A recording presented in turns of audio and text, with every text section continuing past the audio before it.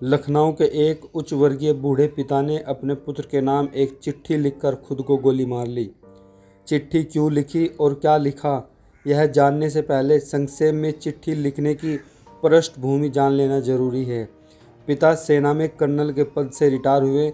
वे लखनऊ के एक पास कॉलोनी में अपनी पत्नी के साथ रहते थे। उनके 2 बेटे थे जो अमेरिका में रहते थे। यह जानना और बताना जरूरी नहीं कि माता पिता ने अपने लाडलों को पालने में कोई कसर नहीं छोड़ी होगी। बच्चे सफलता की सीढ़ियाँ चढ़ते गए, पढ़ लिख कर इतने योग्य हो गए कि दुनिया की सबसे नामी गिरानी कॉरपोरेट कंपनी में उनकी नौकरी मिल गई।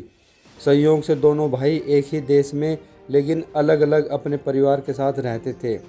एक दिन अचानक पिता ने अपने बेटे को फ़ोन किया कि तुम्हारी माँ अब इस दुनिया में नहीं रही। पिता अपनी पत्नी की मिट्टी के साथ बेटों के आने का इंतज़ार कर रहे। एक दिन बाद छोटा बेटा आया जिसका घर का नाम चिंटू था। पिता ने पूछा, चिंटू, मुन्ना क्यों नहीं आया? मुन्ना यानी बड़ा बेटा। पिता ने कहा कि उसे फ़ोन मिला, पहली उड़ान से आए। धर्मानुसार बड़े बेटे का आना सोच वर्द फौजी ने जिद पकड़ ली। छोटे बेटे के मुंह से एक सच निकल पड़ा। उसने पिता से कहा कि मुन्ना भैया ने कहा कि माँ की मौत में तुम चले जाओ और पिताजी मरेंगे तो मैं चला जाऊंगा।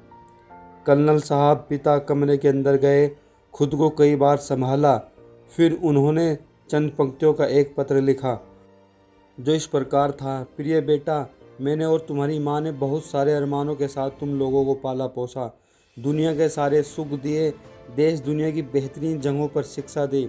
जब तुम्हारी माँ अंतिम सांसें ले रही थी तो मैं उसके पास था। वह मरते समय तुम दोनों का चेहरा एक बार देखना चाहती थी और तुम दोनों को बाहों में भरकर चूमना चाहती थी। तुम लोग उसके लिए वही मासूम मुन्ना और चिंटू थे। उसकी मौत के बाद उसकी लाश के पास तुम लोगों का इंतज़ार करने के लिए मैं था।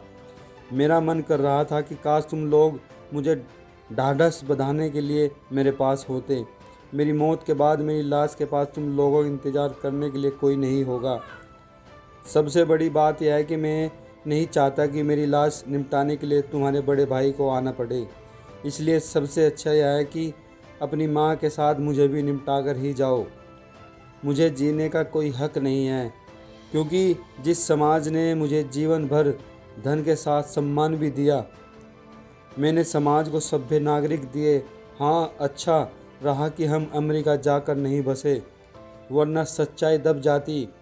मेरी अंतिम इच्छा है कि मेरे मेडल तथा फ़ोटो बटालियन को लौटा दिया जाए तथा घर का पैसा नौकरों में बांट दिया जाए।